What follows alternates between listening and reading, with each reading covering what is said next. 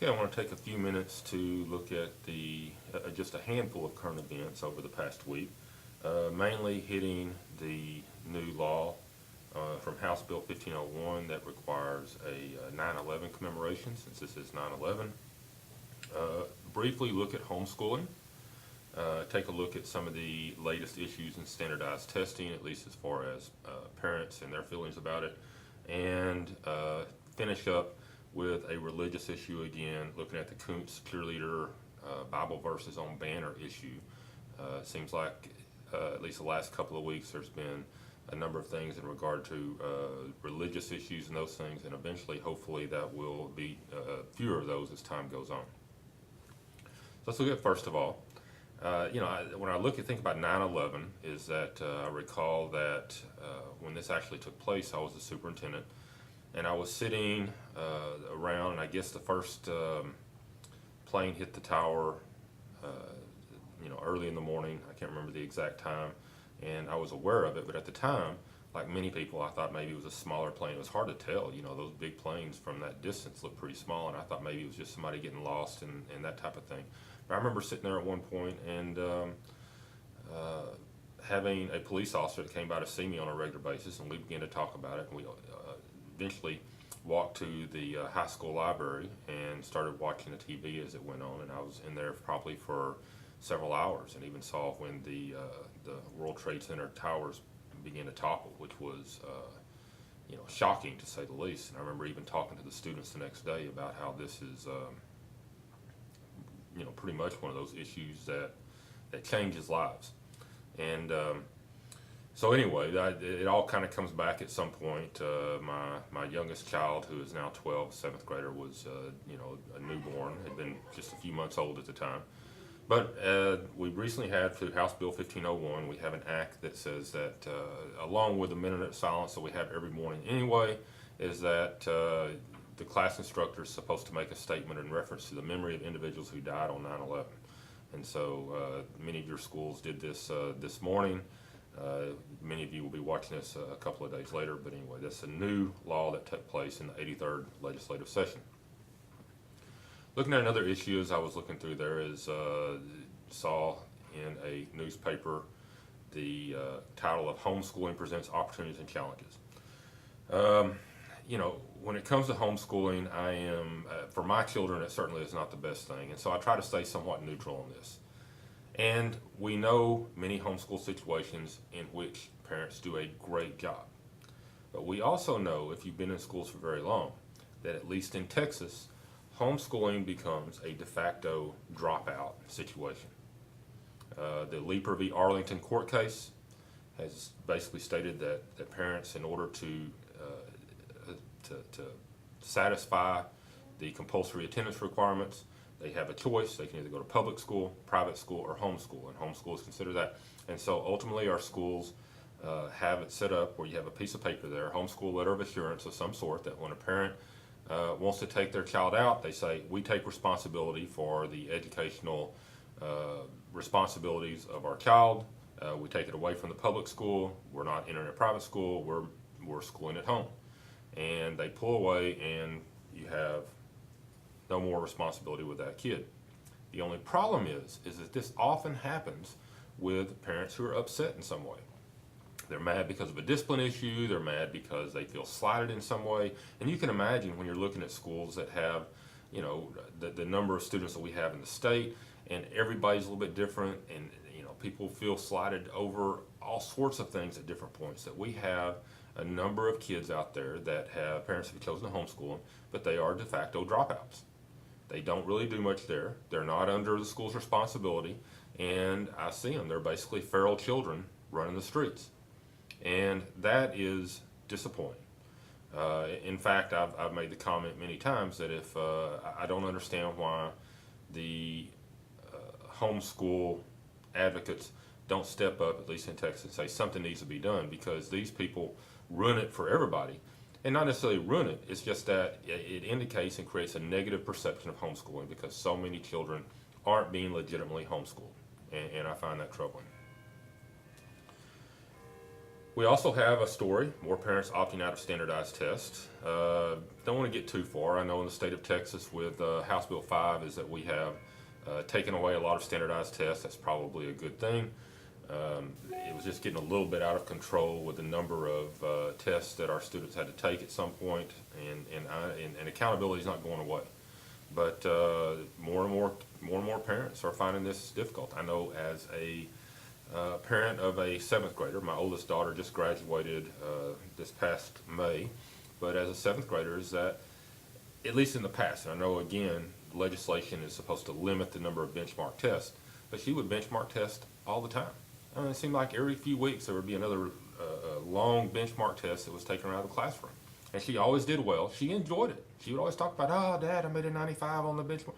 But I would always be thinking, what is this taking you away from? I mean, I know you can take the test. You could take the test right now, you'd be fine. But, you know, what is it that you're missing because you're preparing for this standardized test?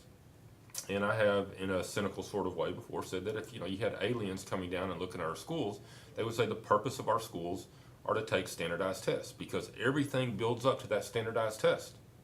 And then what often happens is, and I see this with my seventh graders, that once they take that test at the end of April, early May, the rest of school is for parties and field trips and playing, and you know, basically a lot of the classroom situations shut down because that seems to be the ultimate reason for being, is to be able to take care of those standardized tests. And I think ultimately there's something wrong with that. And I understand the point of accountability, but we've got to get better in regard to how we address some of these accountability issues. And hopefully House Bill 5 moves us along that line.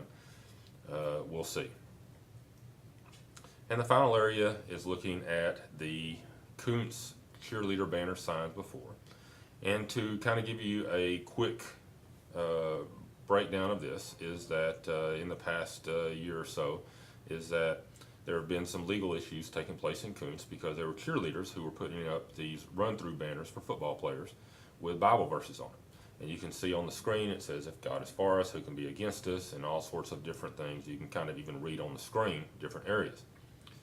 In the early efforts to try to stop this is that the courts have ruled that the cheerleaders have a First Amendment right to put what they want to put up there. Basically what they're creating there as a part of Religious Viewpoints Anti-Discrimination Act is this limited open forum in which students can express viewpoints that they want to express regardless of the stand of the school, which is the government in this case. And I think last week when I talked about the current events, I said one of the big issues people always have is their role as government employees, as being part of the government versus their individual feelings about certain areas. And the government is supposed to stay out of religious issues, whereas individuals can express whatever, without government interference, whatever religious issues they want to have. So is this the government here, or is this individual cheerleaders going to do it? And the school apparently is challenging the right of the cheerleaders to be able to do this, which is a little bit surprising because I know Koontz is a very conservative town. But, and we'll get into later on why, at least I think, I haven't talked to anybody there, but at least why I think that they are continuing to challenge it. But ACLU's joined in. Actually, since I copied this, which was a few days ago, yesterday I read where Koontz has asked the courts to remove ACLU from it all, mainly because ACLU has the American Civil Liberties Union have kind of a negative connotation, especially in Texas, and I think Koontz wants to separate themselves from that to a certain extent. But nevertheless, from my understanding, Koontz administration is moving forward to try to be able to control the speech of their cheerleaders to a certain extent. So I'm going to break it down real quick, looking at the Koontz issues.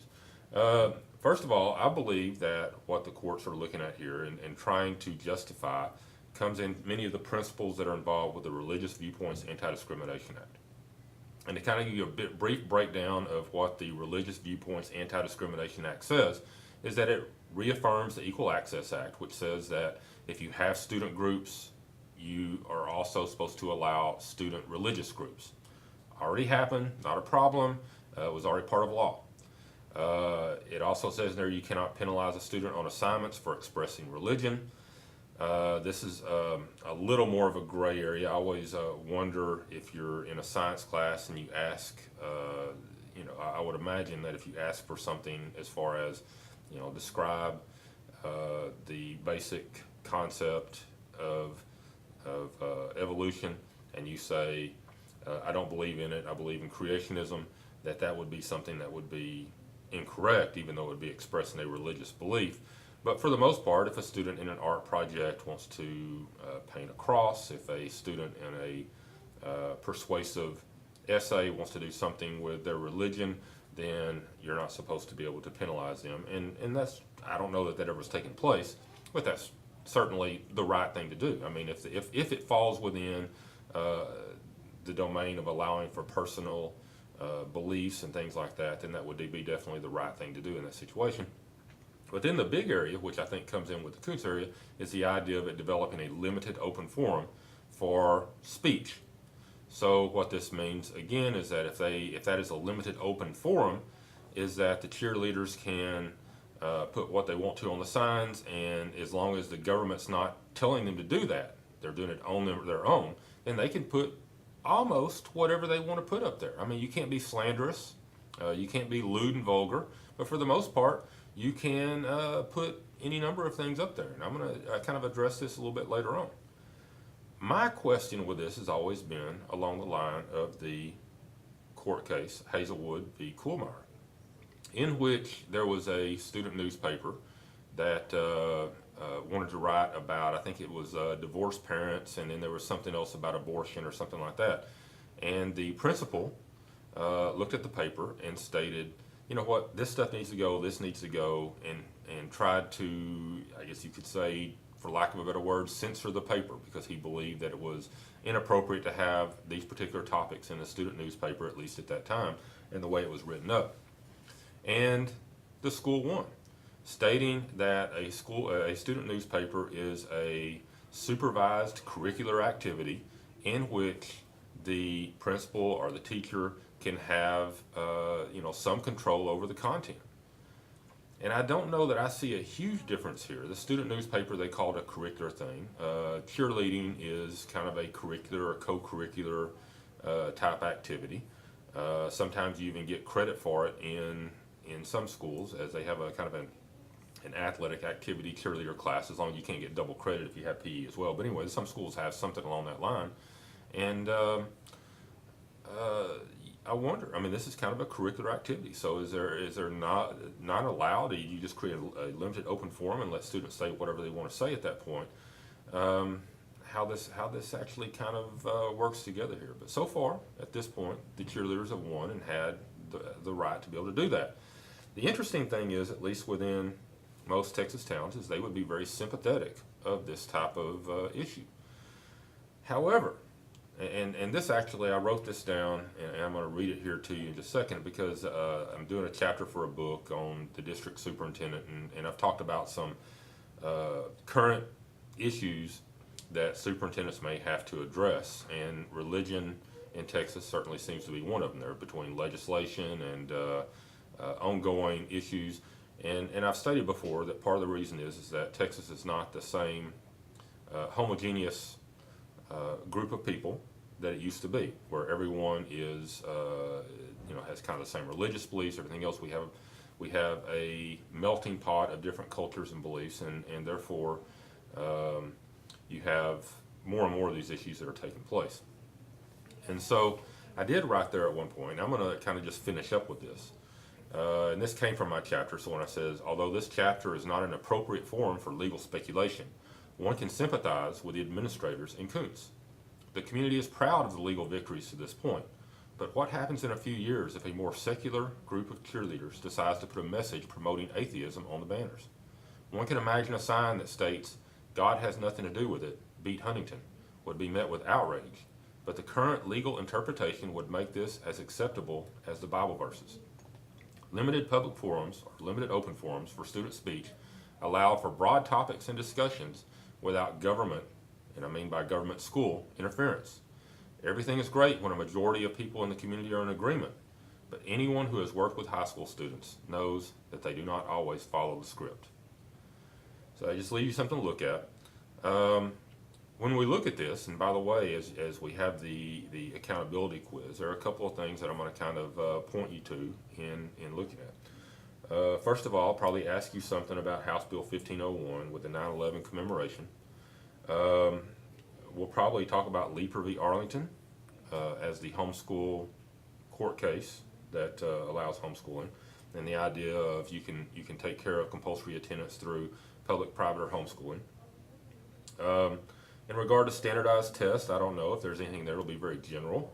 And then, obviously, with the Coombs cheerleader issue, I will probably touch base with Hazelwood, Coolmire, and maybe some more general issues in regard to religious expression in schools.